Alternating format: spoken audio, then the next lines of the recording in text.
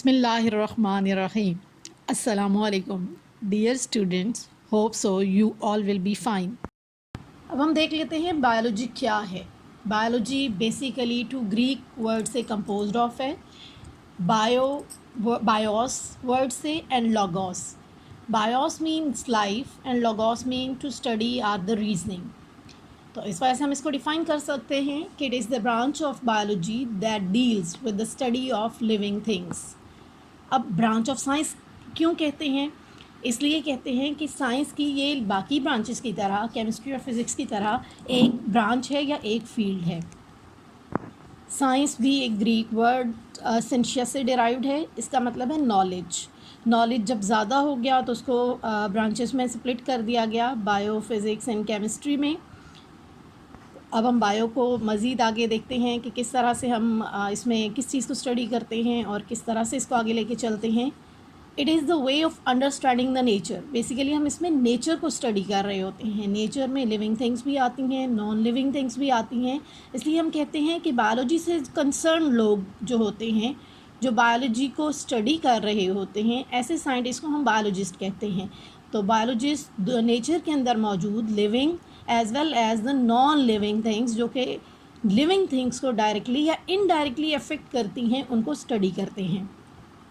अब साइंटिस्ट ऐसा क्यों करते हैं? Basically they strive to understand, explain and integrate and describe the natural world of the living things.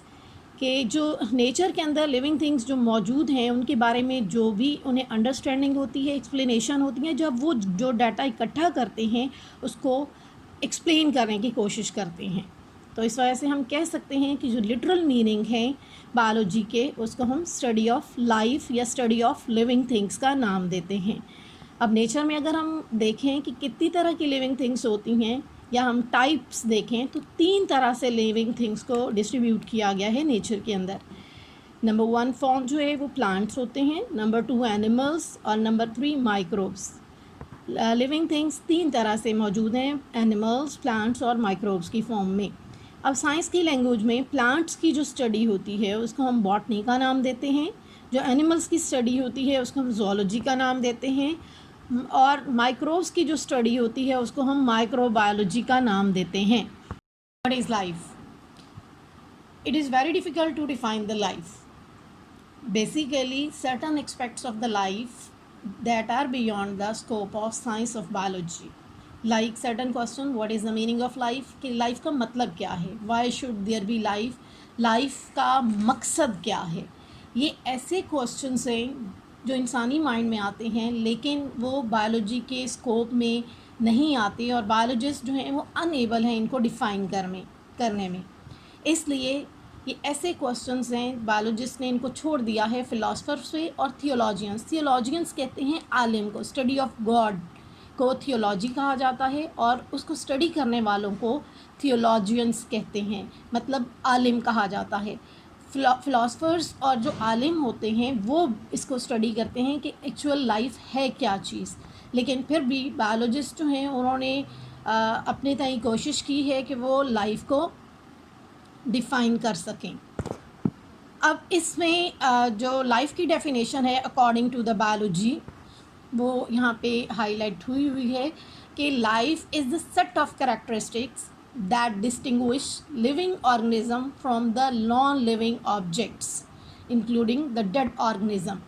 मतलब लाइफ जो है वो ऐसी सेट ऑफ कैरेक्टरिस्टिक्स, मतलब ऐसी खसूसियात का मजमूआ है जो लिविंग ऑर्गेनिजम्स को नॉन लिविंग या डेड ऑर्गेनिज्म से जुदा करती हैं. अब कौन कौन से वो कैरेक्टरिस्टिक्स हो सकते हैं? पहला कैरेक्टर जो है, living organisms they are highly organised, मुनज़्ज़म होते हैं. जो लिविंग ऑर्गेनिजम्स होते हैं साइंस के अकॉर्डिंग या बायोलॉजिस्ट के अकॉर्डिंग वो मुनज़्ज़म होते हैं.